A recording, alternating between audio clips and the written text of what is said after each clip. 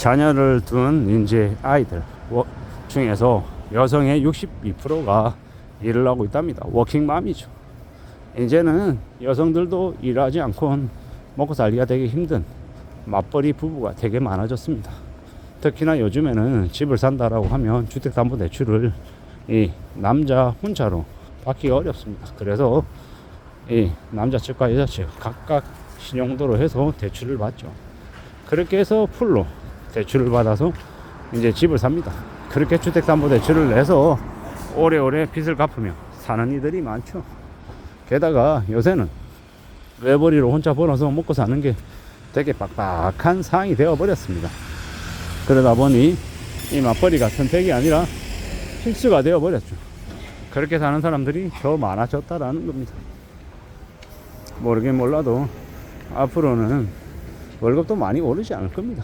임금이 그다지 오르지 않는 월급이 딱 정체되는 그런 시대가 이미 된 게 아닌가라는 생각을 해봅니다.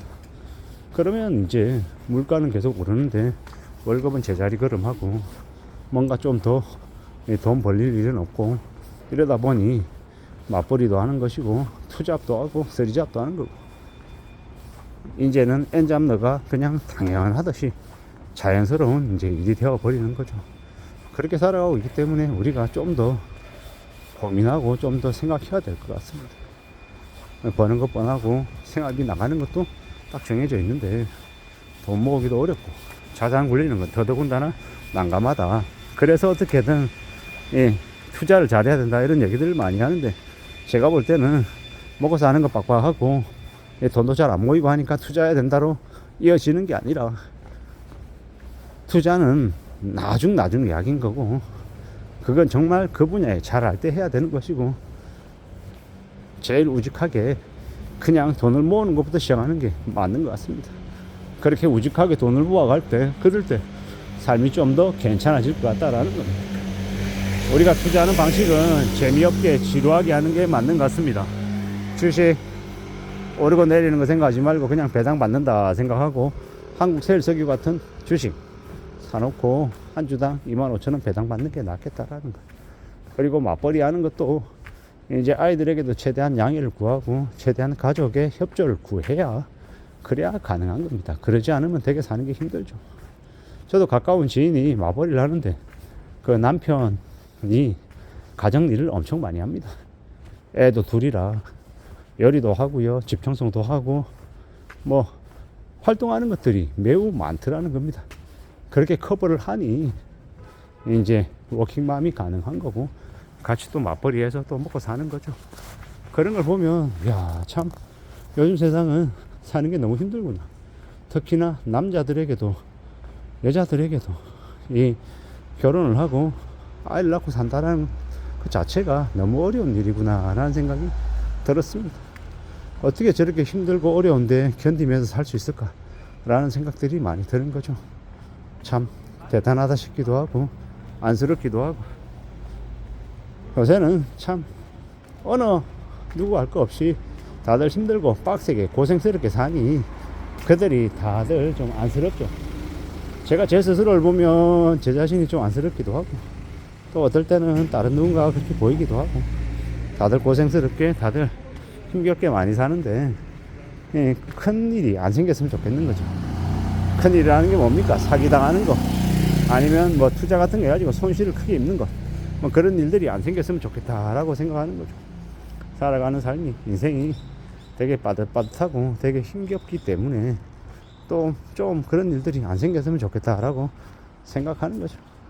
살아가는 우리의 현실이 참 녹록치 않으니까 참 힘겨우니까 그런 생각들이 더 많이 드는 것 같습니다. 좀 더 신중하게 살고 좀 더 조심하고 좀 더 사려 깊게 지내야 될 것 같습니다. 살아가는 현실이 꽤나 힘들다라는 거, 어렵다라는 걸 잘 알고 있습니다. 정신을 좀 차리고 살아가야 되는 거죠.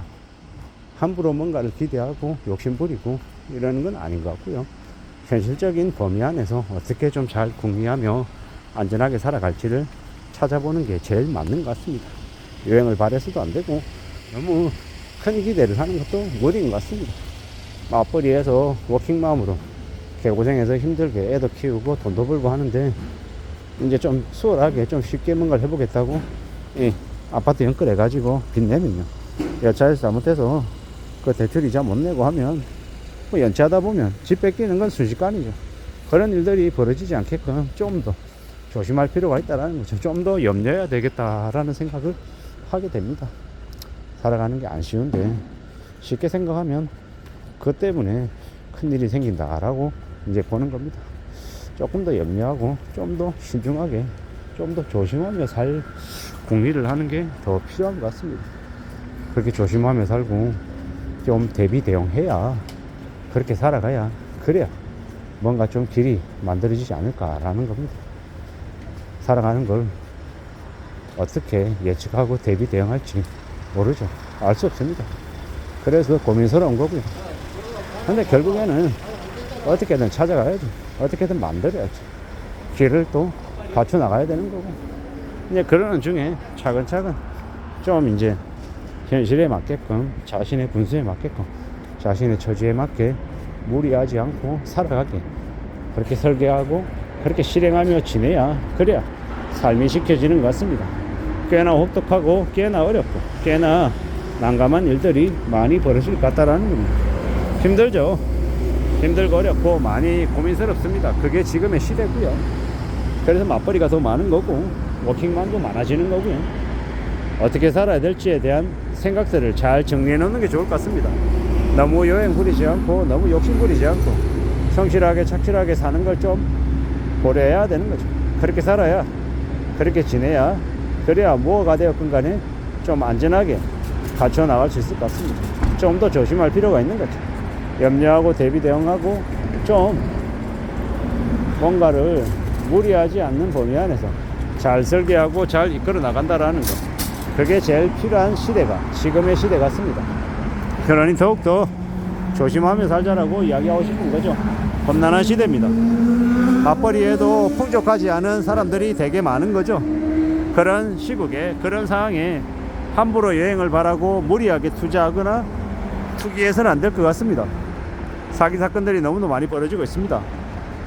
근데 법적으로 사기다, 아니면 아니다, 투자다 라고 얘기하는 애매모호한 불분명한 것까지 다 합치면 엄청나게 많을 겁니다.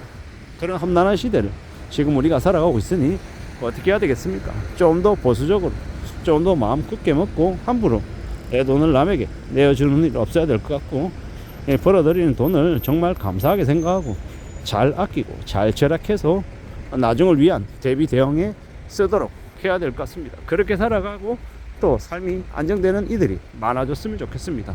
이상입니다.